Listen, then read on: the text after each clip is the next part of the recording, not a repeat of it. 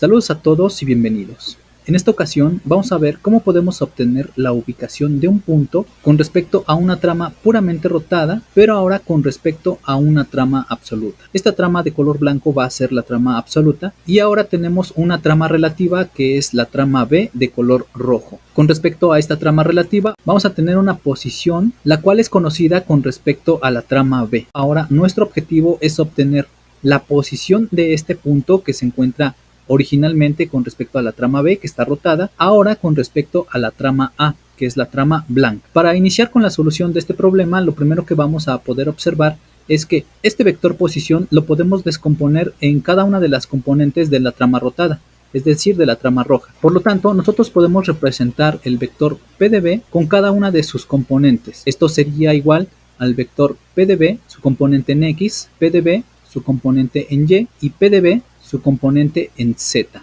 Recordemos que una vez que obtenemos las componentes de nuestro vector, estas las podemos acompañar por cada uno de los unitarios que se asocian a cada uno de los ejes, indicando el sentido de ese vector. Por lo tanto, esto estaría multiplicado por el vector I de B, J de B y K de B. Así es que una vez que nosotros ya hemos descompuesto y obtenido cada una de las componentes del vector posición P de B, tendríamos este resultado.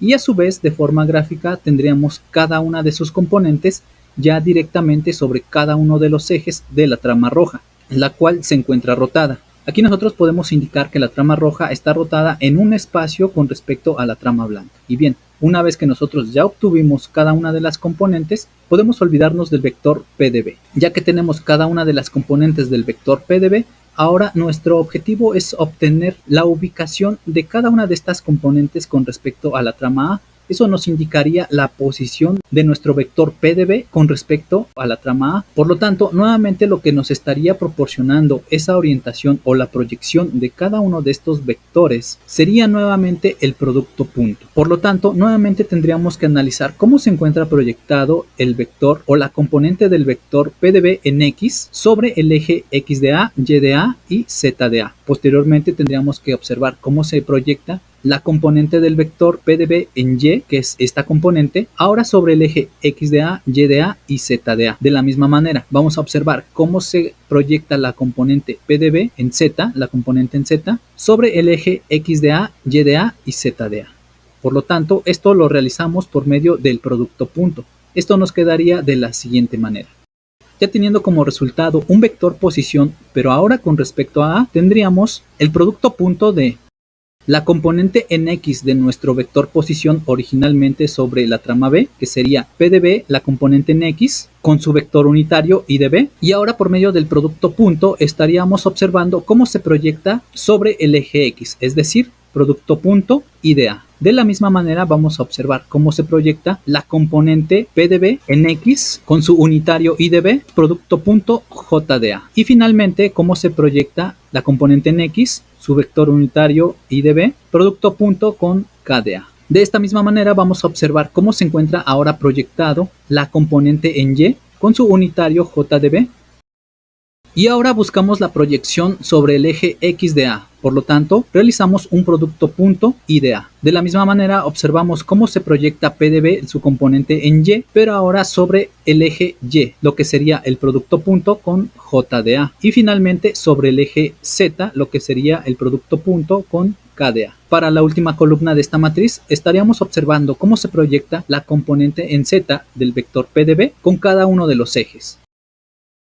Por lo tanto, tendríamos un producto punto con el eje X, que sería I de A, con el eje Y, que sería J de A, y con el eje Z, que sería K de A. Bien, observemos que a partir de aquí nosotros ya tenemos una matriz la cual nos estaría indicando la posición que nos relaciona el vector anteriormente conocido P de B, pero ahora con respecto a el sistema de coordenadas A, que es la trama blanca. Esta matriz es la que nos indicaría esa ubicación de nuestro punto con respecto a la trama blanca. Sin embargo, podemos observar que dentro de esta matriz se encuentran algunos elementos que pueden ser factorizados. Y también podemos observar que existen algunos otros elementos que conforman justamente la matriz de rotación. Por ejemplo, podemos observar que en cada columna tiene un factor común P de X, P de Y y P de Z. Y también podemos observar que dentro de esta matriz podemos encontrar el producto punto de los unitarios de la proyección de la trama B con respecto a la trama A. Por lo tanto, realizando esta factorización por la derecha nos quedaría de la siguiente manera. Tendríamos que P de A es igual a una matriz la cual contiene solamente el producto punto de cada uno de los vectores unitarios, y esta matriz estaría multiplicada por la factorización de la componente P de B en X, la componente P de B en Y y la componente P de B en Z. Y nuevamente confirmamos que una vez factorizado cada uno de estos elementos, obtendríamos este vector columna, y lo que quedaría dentro de esta matriz sería cada uno de los productos punto de cada uno de los unitarios, lo cual tendría la relación de la proyección del eje X de la trama B con respecto a cada uno de los ejes de la trama A, del eje Y de la trama B con respecto a cada uno de los ejes de la trama A, y la proyección del eje Z de la trama B con respecto a cada uno de los ejes de la trama A.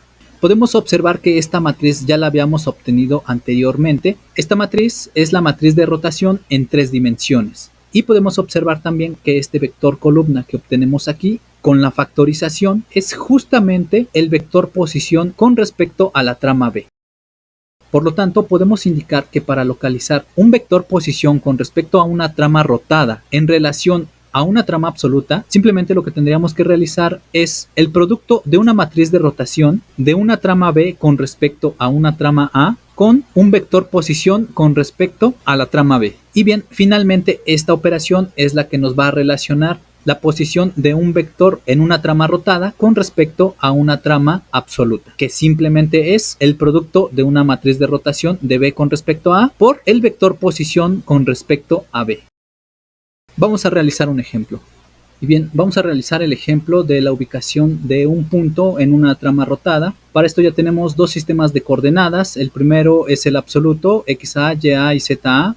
Y para el segundo tenemos la trama relativa, el cual es XB, YB y ZB, que se encuentra rotado 30 grados. Tenemos un vector posición con una magnitud igual a 20, el cual corresponde a la trama B. Justamente es el vector P de B que se encuentra sobre el plano YZ. Como se encuentra sobre el plano YZ, este vector no va a tener una componente sobre X y solamente va a tener componentes sobre Y y sobre Z. Vamos a localizar la posición de este P de B en una posición con respecto a la trama A, llamada P de A. Comenzando con la solución de este problema, podemos observar que tenemos el vector P con respecto a B con una magnitud igual a 20, por lo tanto tenemos que encontrar cada una de sus componentes. Así es que lo primero que vamos a indicar es que el vector P de B va a tener componentes P de B en X, P de B en Y y componente P de B en Z. Por lo tanto, calculando cada una de estas componentes, ya realizando la proyección de cada una de estas componentes y con este ángulo de 45 grados, tendríamos la proyección de cada una de estas componentes de esta manera. Calculando la componente en Y y calculando la componente en Z, podemos decir que la componente de P de B en Y se obtiene por medio de su magnitud, que es 20, y utilizando este ángulo podemos multiplicar por coseno, ya que es el cateto adyacente del ángulo de 45. De esta misma manera, para obtener la componente de P de B sobre Z, podemos multiplicar su magnitud, que es 20, y ahora utilizando la función seno, ya que es el cateto opuesto, con esta encontraríamos su componente sobre Z. Multiplicamos por seno del ángulo, que es 45. Realizando cada una de estas operaciones, tendríamos la componente de P de B en Y igual a 14.14. Y la componente de P de B sobre el eje Z sería igual a 14.14, ya que tenemos el coseno de 45 y el seno de 45, lo cual nos da los mismos valores. Ya con estos datos podemos conformar nuestro vector columna P de B, que va a ser igual a la componente en X, que como no tiene componente en X colocamos 0, la componente en Y, que sería 14.14, y la componente en Z, que también es 14.14. Una vez que tenemos nuestro vector P de B en forma de columna, podemos realizar la operación del producto de una matriz de rotación de B con respecto a A por el vector P de B. Esto nos daría la posición del vector ya con respecto a A.